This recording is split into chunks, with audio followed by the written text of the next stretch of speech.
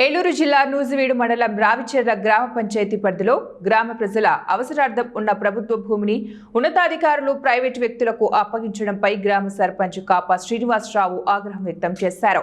అంతేకాకుండా జిల్లా ఉన్నతాధికారులకు ఫిర్యాదు చేశారు. గ్రామ సర్పంచ్ తెలిపిన వివరాల మేరకు గ్రామ పంచాయతీ పరిధిలో ఉన్న బావి పక్కన ఉన్నటువంటి భూమిలో గత 15 ఏళ్ల క్రితం ప్రజల త్రాగునీటి అవసరాల కొరకు విద్యుత్ మోటారు ఏర్పాటు చేయడం జరిగిందన్నారు. దళితవాడలో ఎవరు మృతి చెందినా దహన సంస్కారాల తర్వాత ఈ బావి వద్ద స్నానాలు ఆచరిస్తున్నారన్నారు.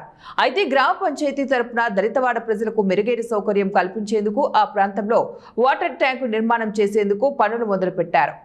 అయితే ఆ సమయంలో గ్రామానికి చెందిన చెరుకూరి బ్రహ్మేశ్వరరావు ఆయన కుమారుడు వాటర్ ట్యాంకర్ నిర్మాణం కోసం ఏర్పాటు చేసిన పిల్లర్లను జేసీబీ సహాయంతో ధ్వంసం చేశారు.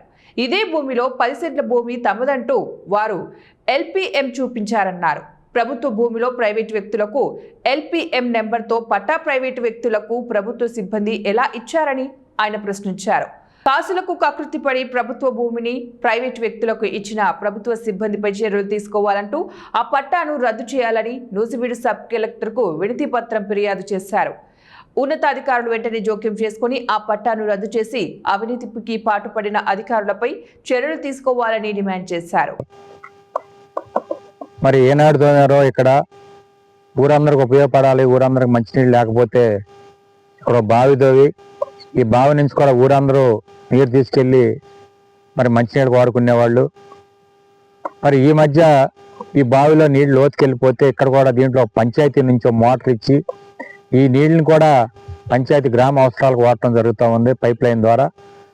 మరి ఇక్కడ ఎస్సీలందరూ కూడా ఈ గ్రామంలో ఊరు పుట్టిన దగ్గర నుంచి కూడా ఆ గ్రామంలో ఎవరన్నా ఆ కులస్తులు చనిపోతే శ్మశానంలో దహన సంస్కారాలు చేసి ఈ నూతికాడకు వచ్చి స్నానాలు చేసి వెళ్ళటం అనేది వాళ్ళకి ఆచారంగా ఉంది ఈ ఊరు పుట్టిన దగ్గర నుంచి కూడా. అదే మరి దాంట్లో భాగంగా ఈ మధ్యకాలంలో గ్రామస్తులు కొందరు నా దగ్గరికి వచ్చి మరి స్నానాలు చేయడానికి ఇబ్బంది పడుతున్నాము, ట్యాంకర్ ద్వారా స్నానాలు చేయాలంటే 1-2 గంటలు పడుతుంది, ఇక్కడ ఒక ట్యాంక్ కట్టి పెట్టమని నన్ను కోరగా, సరే గ్రామస్తుల సహకారం ఎస్సీ సహకారంతో నేను కూడా ఆర్థిక సాయం చేసి ఇక్కడే చూస్తూ ఉన్నారు మీరు, ఈ పిల్లర్ ఒకటి కట్టి దీంట్లో వరలేసి వరలు తొట్టి పెడితే 10 మంది ఒకేసారి స్నానం చేసే విధంగా అందరం కలిసి కూర్చుని మాట్లాడి మరి దానికి ప్రోత్సహించడం జరిగింది. మరి ఈ అందరూ కూడా నేను మెటీరియల్ కానీ ఇవన్నీ నేను ఇస్తే లేబర్ వర్క్ అంతా అర్జన్లు వాళ్ళే సొంత డబ్బులు వాళ్ళ సొంత కుర్రోళ్ళు అందరూ కూడా వచ్చి పనిచేస్తూ ఉండగా మరి మేము ఒకరోజు మరి పిల్లర్ వేసి ఇంటికి వెళ్తే పొద్దున్నే మేము లేని టైంలో ట్యాంక్ కట్టుకోవాలని అనుకున్నాం సార్. అది సర్పంచ్ గారి దగ్గరికి తీసుకెళ్ళాం.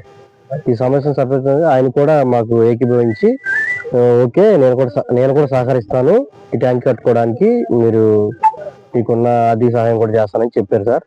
అలాగే మేము తెచ్చుకొని ఎక్విప్మెంట్ తెచ్చుకొని పని చేసుకుంటూ ఈ ట్యాంక్ నిర్మించుకుంటున్నాం.